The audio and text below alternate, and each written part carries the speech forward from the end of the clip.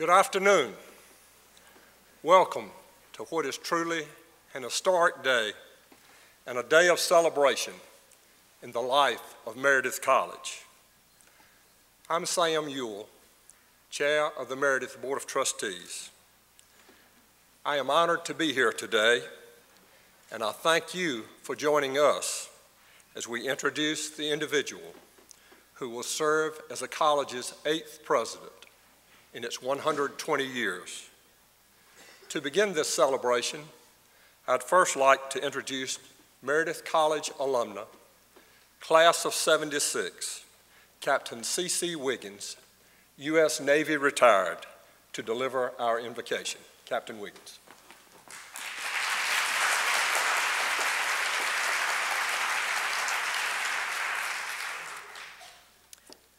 Good afternoon, everyone. In light of the tragic storms that have affected our nation, and particularly our state of North Carolina, I'm going to ask that we pause today to remember the families that were affected, and particularly we want to remember our sister educational institution, Shaw University, which many of you know had to shut down for the rest of the semester because its campus was so badly damaged. Let us pause for a moment of silence.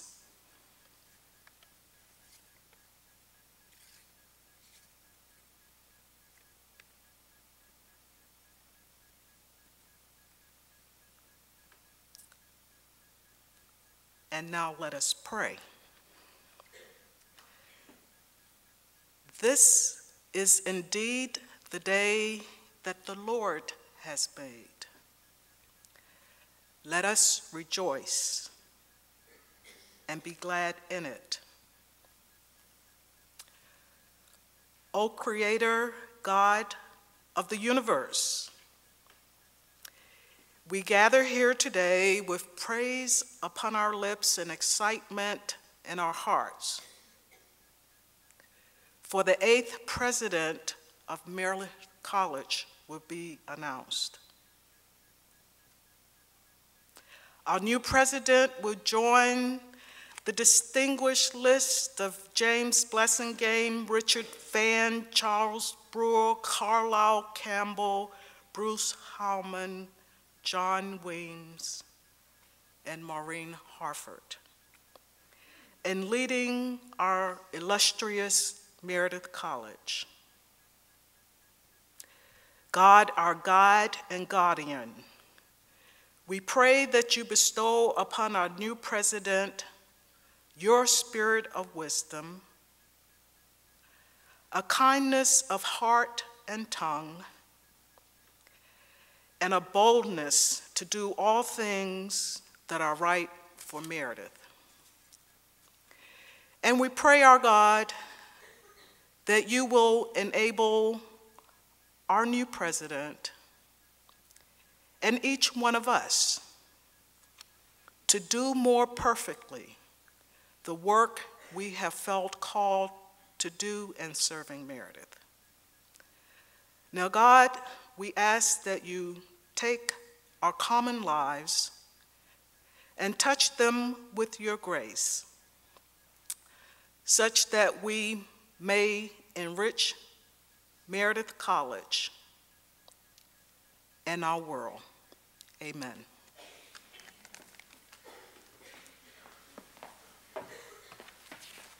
Thank you, Captain Wiggins. From the time of its founding in 1891, in a small building in downtown Raleigh, to the beautiful campus where we meet today, Meredith College has had a singular vision, a focus on student learning, a reputation for outstanding faculty and staff, and most importantly, a commitment to cultivate and celebrate women's leadership. Many of you here today can testify to that tradition of excellence, and the long list of notable alumni who have made great contributions to our world confirms it. Like any organization, Meredith is a reflection of its leaders, their talents, their energy, and their vision. Over our 120 years, we have been blessed with 7 outstanding presidents who, together with faculty, staff, and students, helped build Meredith into a globally recognized institution of higher learning.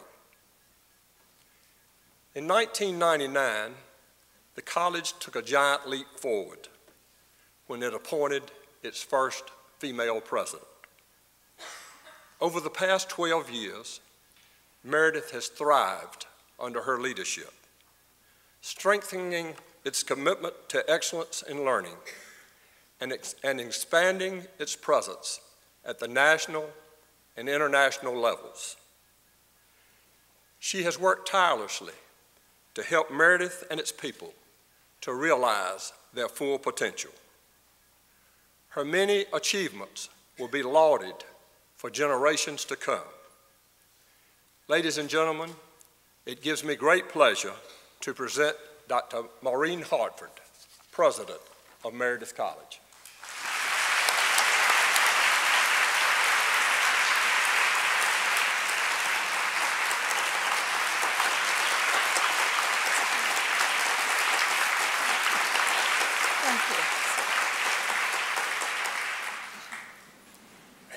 Thank you. Today is a joyous day in the life of Meredith College. Today we celebrate the appointment of the 8th president of the college. I'm sure that Presidents Blassingame, Van, Brewer, Campbell, Heilman, and Weems would join me, if they could, in expressing a very warm welcome as a new president joins us as the next leader of Meredith. In the years since President Blassingame welcomed the first class of students to the college, it has made dramatic changes. We have changed our name twice. We've moved from downtown Raleigh to this beautiful campus. We've grown from 180 students and 14 faculty members in 1899 to 2,132 students and 128 faculty members in 2011. We've added buildings and programs. We've become independent from the Southern Baptists who founded us. We have become international and accredited, and we have embraced new technology. While the college has changed significantly in the 110 years since our first graduating class, there are some things that have not changed, and I hope they never will. The values and commitments that directed our actions in the late 19th century continue to direct us in the 21st. These include a powerful sense of community, the honor code, the autonomy of our student government, a focus on excellence in teaching, students at the center of all we do, and strong connections to our Raleigh community. I've spoken briefly of our past and present, but today is really all about our future.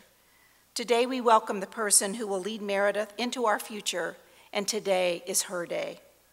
I want to add my congratulations to the many she will receive today and in the months to come, and pledge to her my constant support and warmest wishes for her success and the continued success of the college we all love.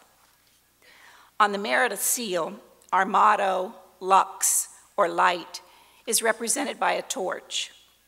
It is a fitting image for the college that today I'm symbolically passing the torch to our 8th president and wishing her a most rewarding journey through her years as a leader. You all know I'm a great fan of Irish blessings, and I have a blessing for our president-elect. May God give you for every storm a rainbow, for every tear a smile, for every care, a promise, and a blessing in each trial. For every problem life sends, a faithful friend to share, and every sigh, a sweet song, and an answer for each prayer. Thank you all, and I look forward to us all embracing our next president.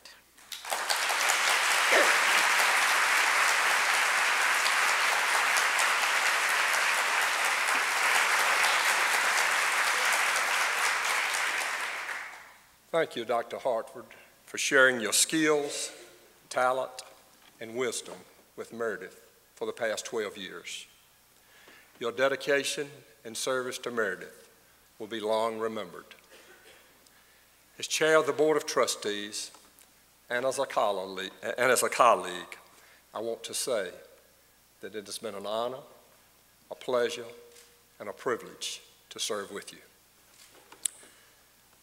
When Dr. Hartford informed the board of her intention to retire more than a year ago, her decision launched a detailed, comprehensive, and time-intensive process to identify her successor.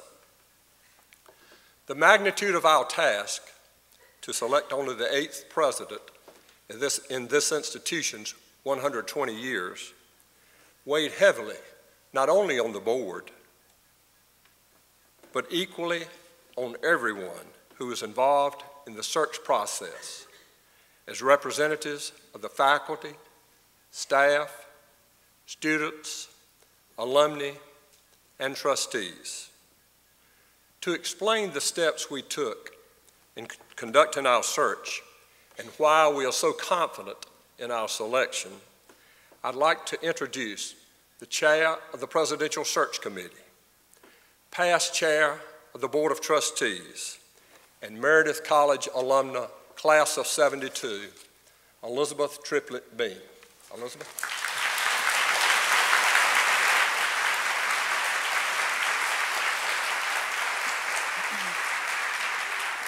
Thank you so much, Sam.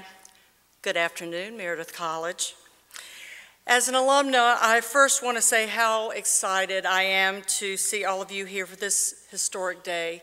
This kind of excitement and enthusiasm makes Meredith College the incredible place it is, and also the Meredith community an incredible family. Shortly after Dr. Hartford informed the board in 2010 of her decision to retire June 30th of this year, I was asked to chair the search committee. In their instructions, the trustees made it very clear that they wanted this search process to be fueled by the people who comprise the Meredith College family. To that end, we assembled a group of 12 individuals who represented a cross-section of the college. Nominated by their peers, the committee was comprised of 7 trustees, 4 of whom are alumni, 2 faculty members, 1 representative of the college staff, 1 current student, and the president of the Alumni Association. In addition, the chair of the board, Samuel, served as an ex officio member. The executive committee of the Board of Trustees retained a nationally recognized search firm, Storbeck, Pimentel & Associates, to help us coordinate our work. Storbeck Pimentel is a minority and female-owned executive search firm that specializes in providing executive recruitment services to colleges, universities, independent schools, and not-for-profit organizations. The firm has conducted successful presidential searches for numerous colleges and universities, including Bryn Mawr, Wellesley, Wake Forest, and UNC Asheville, and has particular expertise in working with women's colleges. Our team's first task was to develop a profile of the attributes, skills, and qualifications we would use in identifying potential candidates. Recognizing if 2 heads are better than 1, then 2,000 heads will be even better, we decided to design and conduct a comprehensive research program that gathered ideas, suggestions, and feedback from all of Meredith's key stakeholders. Through interviews, group discussions, town hall meetings, and an online survey, we collected information from faculty, staff, students, parents, alumni, and trustees about what you want to see in Meredith's next president. The response was, in one word, incredible. More than 1,300 respondents completed the online survey, and hundreds of people participated in our meetings and discussion. The input we received was invaluable. Every comment was read and considered. And from that analysis, the search committee developed the position profile used to screen potential candidates. I want to emphasize again that the presidential profile was developed on the basis of what we heard from you, the Meredith community. While there were several attributes the profile outlined, most of it boiled down to this. The ideal candidate will have a distinguished record of intellectual achievement, a track record of success as a senior administrator, and specifically, strong candidates will possess outstanding talents in visionary leadership, institutional advancement, organizational leadership, and community engagement. At this point, the profile was approved by the Executive Committee of the Board of Trustees, and it was given to our search consultants for their work in identifying and evaluating prospective candidates. It's important to note that having a prominent higher education executive search firm like Storbeck Pimentel involved in our process gave Meredith access to a much wider range of candidates than we would have had on our own. After screening a significant number of possibilities, the search firm provided to us its recommended pool of candidates. From that group, we narrowed the field to candidates whom we interviewed in person to identify unranked 3 finalist candidates. As our work was complete, the Executive Committee of the Trustees then interviewed our recommended slate of 3 finalists. While we knew that any one of the 3 finalists could be a good president for Meredith, we were searching for the one who would be a great president. As Meredith finds and nurtures students of promise, we wanted to find a president of promise, one who believes in Meredith's mission, not just with her head, but with her heart as well. We wanted someone who would grow with our institution and help us to adjust to our rapidly changing world and make the most of opportunities that come our way. Further, we sought a leader with a proven track record of building successful teams in an academic environment and ensuring that every voice is heard before decisions are made. We wanted someone who could bring the world to Meredith and in turn take Meredith to the world. On behalf of my fellow and sister committee members, I want to extend our appreciation to you, the faculty, staff, students, alumni, and board members for entrusting us with this most important and historic task. In addition, I want to thank all of you who participated in the survey and all the discussions in our research last year.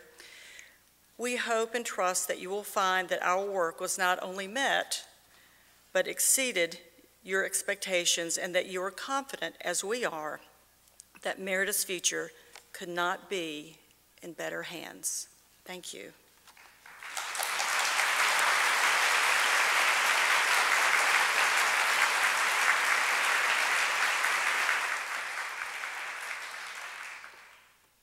On behalf of Meredith's Board of Trustees, faculty, staff, students, and alumni, please accept my sincerest thanks, Elizabeth, for a job well done. You and your committee performed in an exemplary fashion, ensuring at each step along the way that we remain true to our objectives, to listen to and learn from our stakeholders, to conduct our work in a deliberate, thoughtful, and caring manner, and to adhere to the principles that have guided Meredith for more than a century. I'd like to take a moment to introduce the members of the Presidential Search Committee. If you would stand and remain standing when I call your name. From the Board of Trustees, Alex Holmes, Dr. Randall Lally, Maureen O'Connor, Deborah Dove Smith, class of '80, and Captain C.C. Wiggins, class of '76.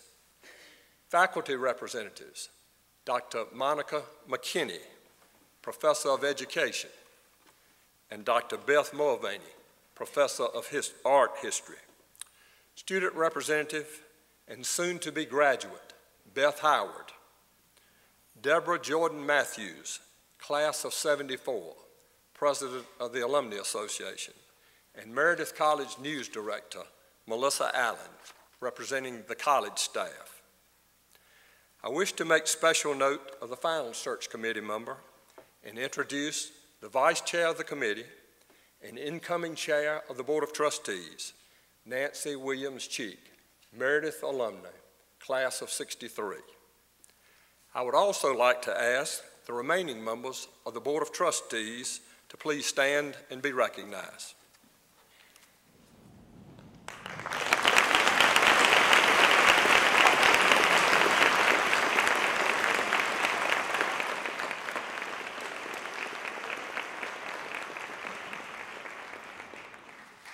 Thank you all for your service, help, and support over this past year as we completed this critical project to help ensure a bright future for Meredith College. There were several fundamental attributes that the search committee sought in the person who ultimately would be selected to serve as president. First and foremost is scholarship. I am delighted to report that the candidate we selected is an educator and a scholar in the truest sense of the word, holder of a doctorate in English literature with an emphasis in technical and professional communication. She, and yes, the president-elect is a woman, has taught at the undergraduate and graduate level at 4 different universities as an assistant professor, tenured associate professor, and tenured full professor of English. She has written or edited 4 books, with a 5th under contract, been published in dozens of scholarly journals, and presented at dozens of national and international conferences. While we were impressed with her teaching and research qualifications, we were most encouraged by her understanding of where the heart of every successful institute of higher education lies, in the classroom. The second requirement is leadership. Again, the president-elect has a proven experience, temperament, and credentials to serve as a leader and senior administrator of Meredith College. Over the past 25 years, she has traveled a path in higher education that has uniquely prepared her for this challenge.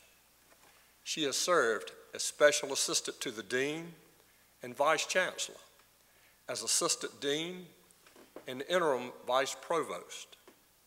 In her current position as Senior Vice President, Provost, and Professor of English, she has overseen academic and student affairs with responsibility for a university comprising 4 campuses in 2 states with 8 colleges and schools. She worked with regional and national government and business organizations and established fruitful global partnerships for her institution. She possesses that rare quality of true leadership. She sees what needs to be done and then does it. The third requirement we set is less quantifiable, but no less crucial. The person we selected had to be a believer in the women's college model of achievement and excellence, a believer in the value of faculty-student interaction and collaboration within an atmosphere that fosters those qualities. A believer in the college's preeminent role in the local, state, national, and international community. And most importantly, a believer in Meredith College. We find that belief deeply ingrained in the president-elect, and we are confident that once you have had the opportunity to get to know her, you will discover it as well. When we found the scholar, the leader, and the believer we needed to shepherd Meredith College into the future, there was one other attribute in this candidate's vita that seemed to ensure she was indeed the ideal choice. Ladies and gentlemen, faculty, staff, students, and alumni, friends and supporters, it is my distinct honor and pleasure to introduce our president-elect and Meredith College alumna, class of 1980, Dr. Joe Allen.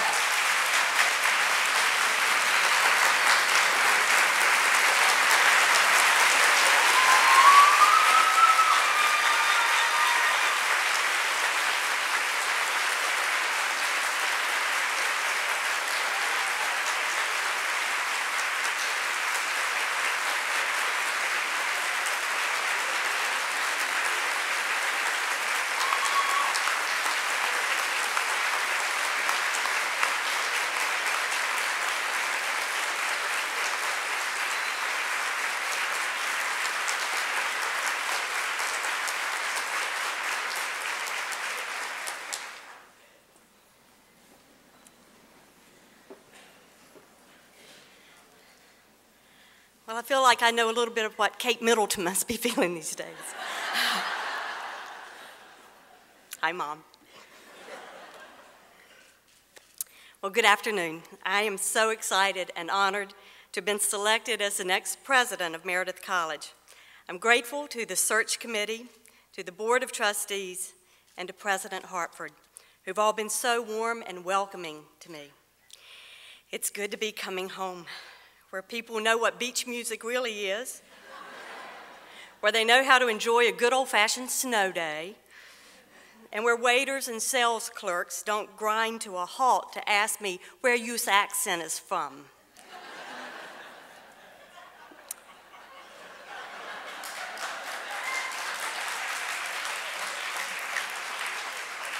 I always say South Philly. But fun aside, I must also give quick thanks to my friends and colleagues at Widener University for their friendship, support, and teachings that have helped to prepare me for this position. When people have asked whether I like my time at Widener, I've never been quite sure which factors were at play in any particular feeling of like or dislike. You see, I changed everything when I moved from the South to the North, from public to private education, from research extensive to research intensive, and from a large to a mid-sized institution. Not always easy, but change has been good for me. It has made me think differently about myself and about higher education. It has made me question old assumptions and establish ways of doing things.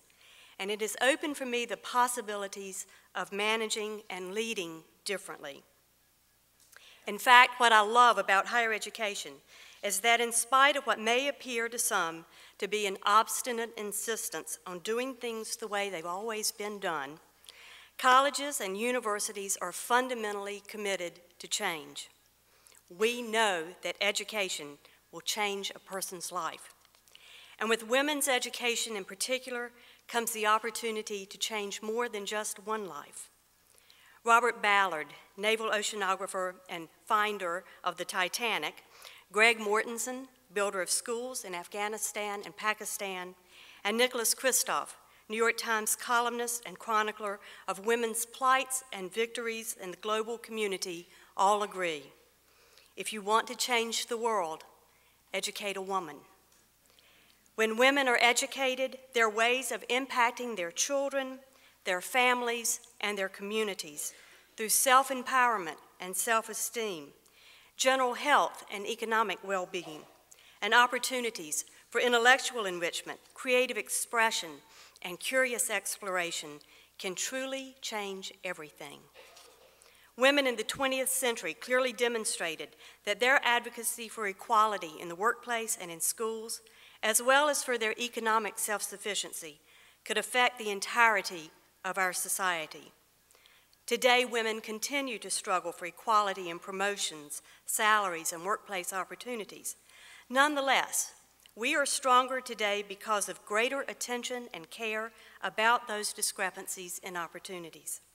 In short, our struggles today are perhaps more likely rooted in an inability to see the disparity rather than the historical inability to feel or care about that disparity.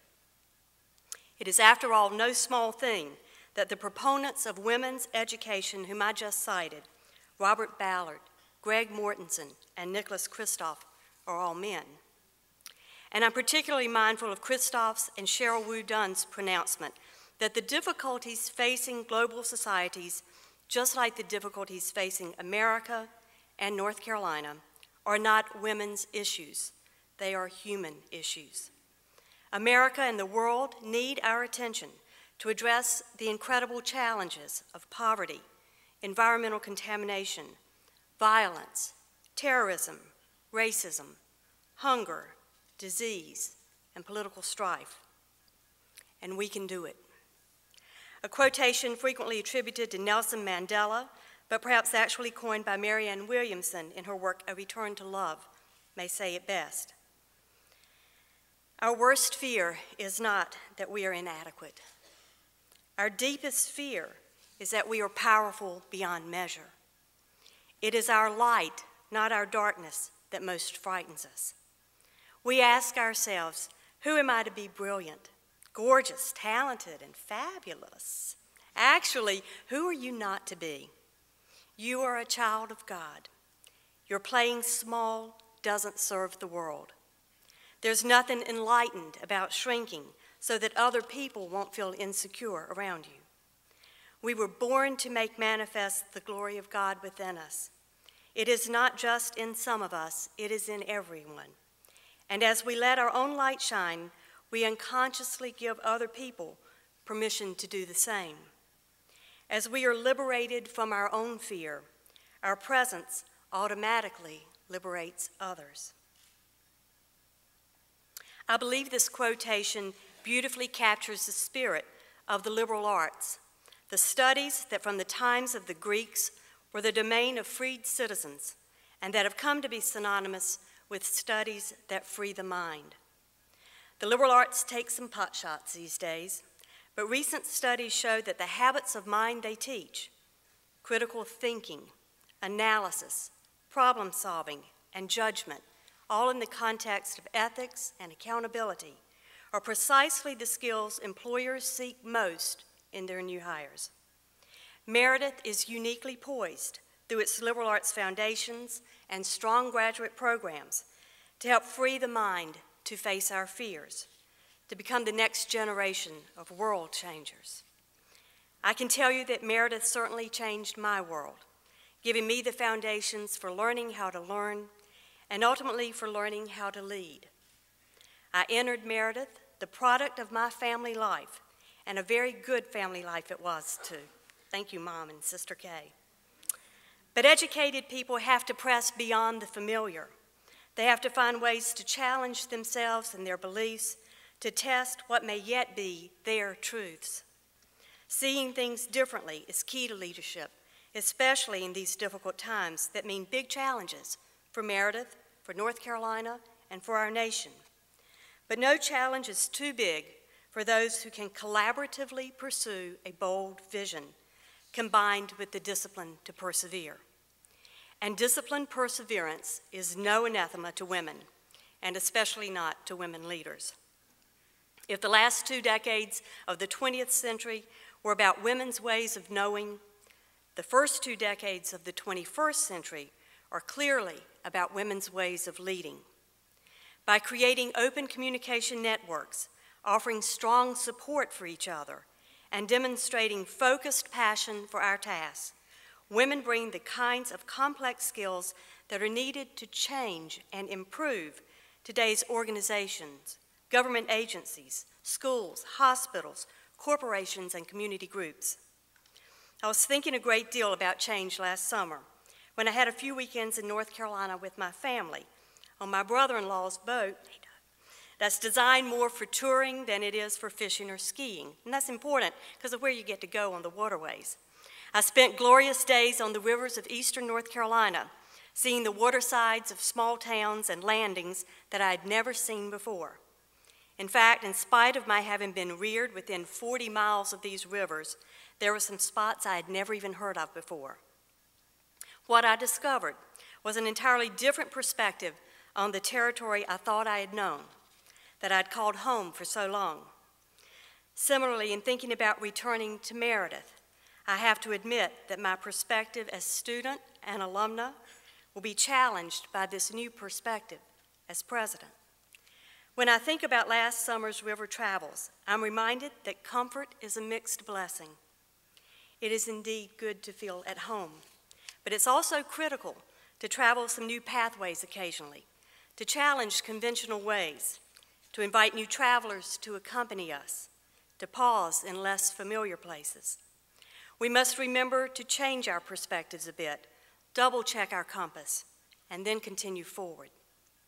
And just as I'm taking a new perspective on my alma mater, I'm mindful that the college is set to embark on a new plan for its future, giving all of us the chance, the exciting challenge, to review the terrain, take a different perspective, see what needs to be done, and set a bold course of action that is worthy of Meredith's legacy with the discipline for ensuring its future. That future clamors for our hearts and for our minds. We must engage our entire Meredith family, faculty, staff, and students, of course, but also corporate and community partners in creating our next strategic plan, laying out the principles of what and where Meredith will be in the next few years, and how we will get there. In short, and in the words of Chip and Dan Heath's work, Switch, we must determine what we do well and how to do more of it. Meredith attracts talented students, and we must attract more of them. Meredith has a strong reputation for high academic quality, leadership, and a significant global focus, and we need to coordinate and expand that focus with revenue-enhancing programming and outreach. Meredith is revered by the people who know her, and she can no longer be a best-kept secret. One of my favorite quotations is from the artist and author Andy Warhol, who said, "They say time changes things, but you actually have to change them yourself." I like that we can take control of our future. I like that together we can chart a vision and a disciplined course of follow-through for Meredith. And I like that we can hold ourselves accountable for creating and delivering that future. It may not be easy, few meaningful tasks are, but it will be worthy of Meredith's promise to educate the next generation of world changers. With a new day before us, I offer my profound gratitude for your welcome. Beyond that, I thank you for what you and your predecessors did to prepare me to be a leader and president of Meredith. I hope you will show me things I might otherwise miss, and I'm eager for you to help me shift my perspective and double-check my compass to ensure that I'm leading our community in the right direction. I look forward to having your steady companionship and goodwill as we explore new pathways while still appreciating the roads we've traveled so familiarly and continuing to move Meredith forward on this journey together. Thank you very much.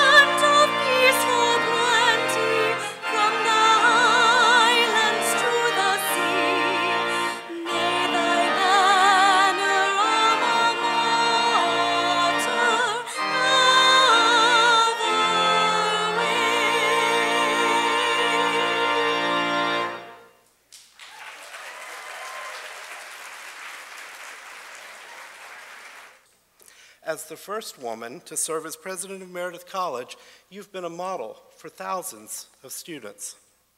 Your focus on extending the reach of the college beyond these walls and beyond traditional boundaries has been inspirational to us. I can say it's been a pleasure working with you, Dr. Hartford, and we wish you the very best and every happiness. To Dr. Allen, I offer you my sincere and heartfelt congratulations on your appointment as the next president of Meredith College. On behalf of the Meredith faculty, we welcome you. Your experiences, your talents, your ideas, and probably most importantly, your enthusiasm to join with us, to work together, to ensure that Meredith College will continue to be among the most respected, admired, yes, and innovative institutions of higher learning, and the preeminent women's college in the nation. I want to conclude my remarks today by sharing one additional thought, also from the words of President Richard Tillman Vann. Just over a century ago, the trustees renamed this institution in honor of Thomas Meredith, a great supporter of higher education. In 1910, Dr. Vann remembered Thomas Meredith in verse when he crafted these words. He said of Meredith, "While others slept, he climbed the height. He stood alone, with vision strained afar, and peering long into the lingering night, he saw the morning star." Dr. Allen, may you, like Thomas Meredith, strive for that far-sighted vision and always be guided by the morning star that delivers the promise of light, Lux, Meredith College, that lies at the heart of learning and at the heart of Meredith. Welcome.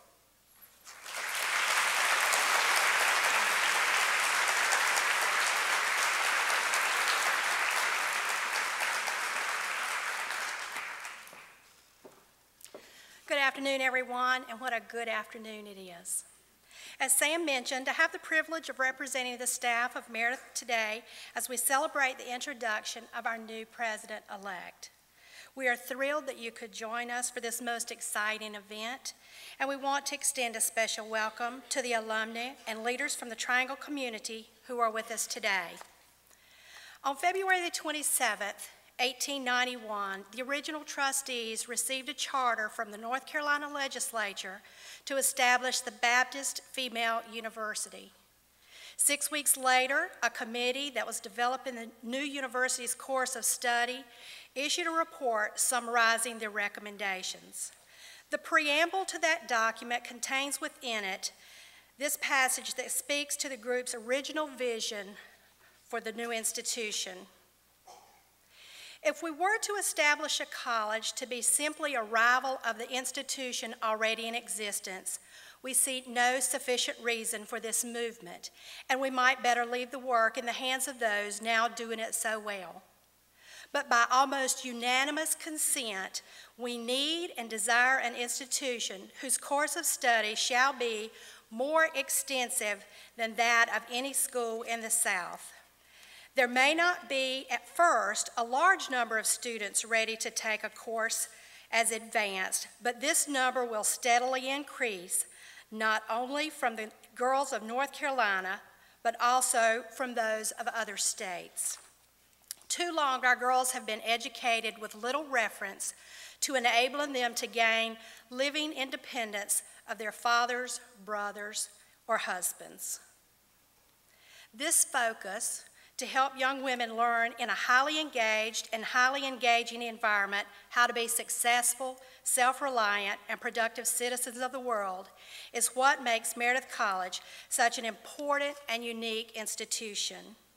Here, the ideas of collaboration, connection, and community are not merely ideas, rather the cornerstones of the Meredith experience.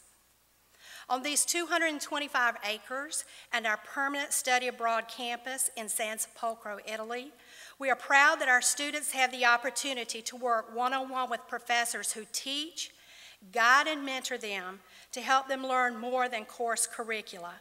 They learn the principles, the practices, and the art of how to be effective leaders.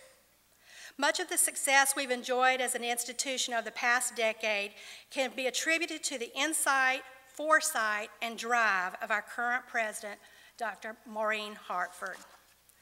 As one who has had the honor and pleasure of working with this most talented woman for several years, I can personally attest to her unwavering belief in and commitment to Meredith, its mission, and its people. In no uncertain terms, the tremendous strides we've made as an institution would have not been possible had Dr. Hartford not agreed to share her talents with us.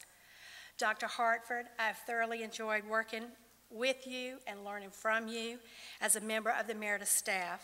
Thank you again for your patience, your guidance, and your friendship. All of us at Meredith are better for having known you.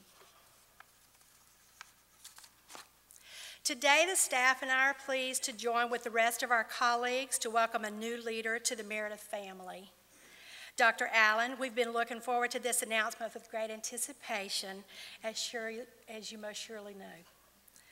I understand, I know, and I can say without reservation or hesitation that we are elated with the board's selection, and we pledge to do our utmost to help you, help Meredith, continue to grow and flourish.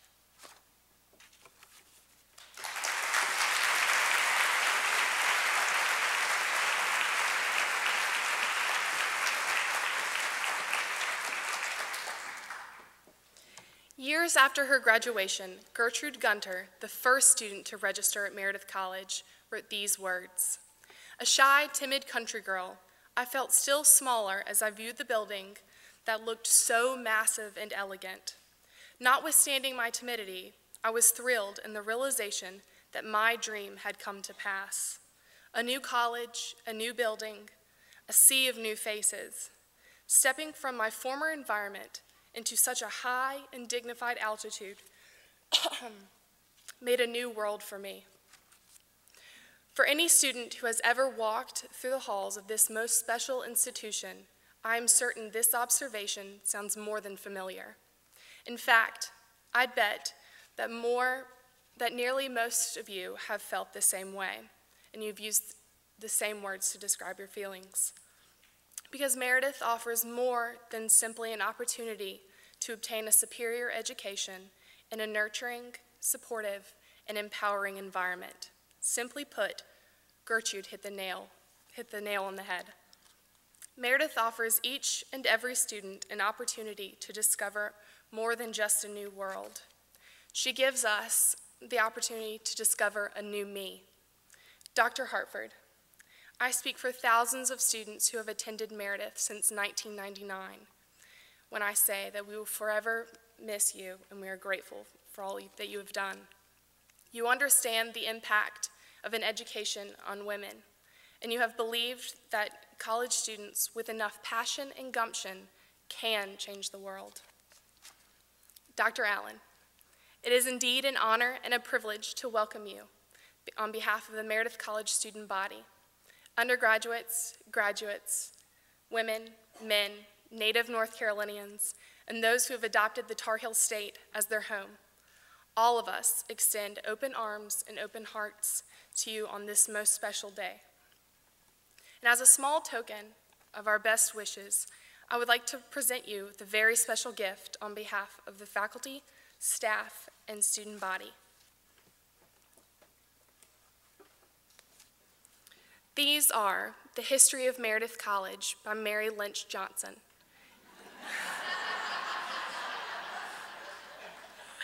And The Vision Revisited, A History of Meredith College, 1971 through 1998, by Carolyn C. Robinson, class of '50. These works chronicle the college's growth from an idea in the late 1800s to a thriving college whose influence now reaches all corners of the globe. Please come and receive your gifts.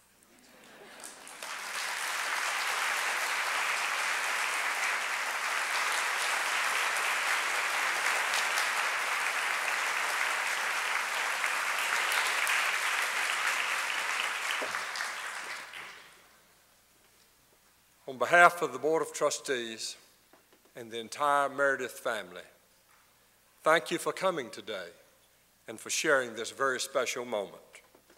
I invite you to join Dr. Allen and Dr. Hartford at a reception in the rotunda of Johnson Hall immediately following this event.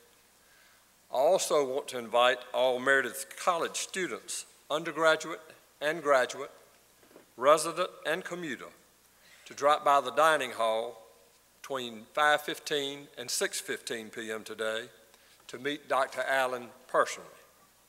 And now, to officially welcome Dr. Allen back home, I would ask you all to rise and join me in singing the Meredith College alma mater.